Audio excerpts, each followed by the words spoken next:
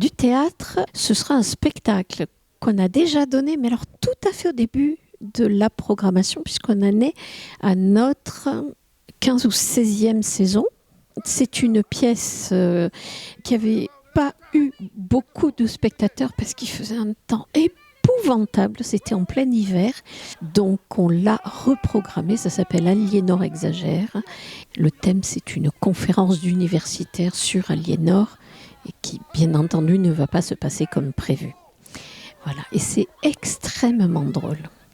Et puis ensuite, il y a des concerts. Alors, on a renoué avec notre partenaire un peu historique aussi, Mélomane Côte-Sud, qui nous propose Thibaut Garcia, le guitariste.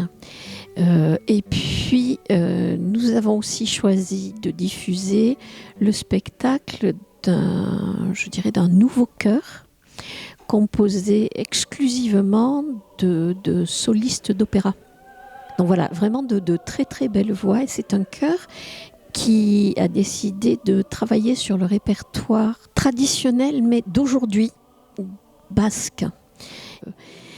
Il y a un très joli jeune public qui clôturera la programmation pour les enfants de 6 ans et plus, qui est, alors jeune public, mais qui est tellement magique que c'est tout public.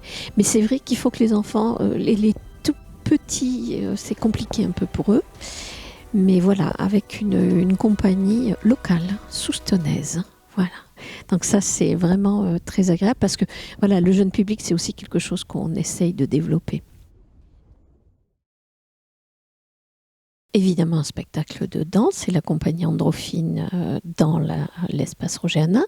Mais au cours de ce mois de la danse, il y a énormément d'événements, soit à Roger-Hanin, soit dans la médiathèque, soit à la Marancine, soit même au cinéma, avec expos, conférences, des spectacles plus, je dirais, de plus petits spectacles. Malandin qui viendra présenter des extraits et ce sera gratuit. Et puis ici, il y aura un spectacle qui s'appelle Danselle, dans le cadre des propositions de la microfolie. Il y aura une conférence du Centre national de la danse. C'est quelque chose d'hyper intéressant. Il y a expo aussi sur la danse, bien évidemment. Et puis des workshops à la Marancine pour les professionnels avec des chorégraphes, avec des danseurs. Ce sera le Flamenco de Jerez avec 3 spectacles très différents, comme l'an dernier, de la danse, femmes, hommes, de la musique avec une guitariste hors pair pour clore le festival. Et puis il y aura en mars le festival de jazz avec 5 soirées, 4 concerts et une première soirée avec les grands élèves jazz du conservatoire et les classes cham. Voilà, qui sera une soirée gratuite, celle-là. Cette année, on a voulu faire quelque chose dans ce programme, justement, c'est mettre en regard la page en face de la page du spectacle, développer tout ce qui se fait, donc pour avoir une lecture globale de tout ce qui est possible de faire à Souston autour d'un spectacle, puisqu'il y a des animations, il y a des conférences, je l'ai dit pour la danse, il y a des expositions, il y a des ateliers à la Marancine, mais il peut y avoir aussi des ateliers à la médiathèque par exemple. Il y a des projections au cinéma. Donc on a voulu le montrer dans le programme qui est à disposition du public.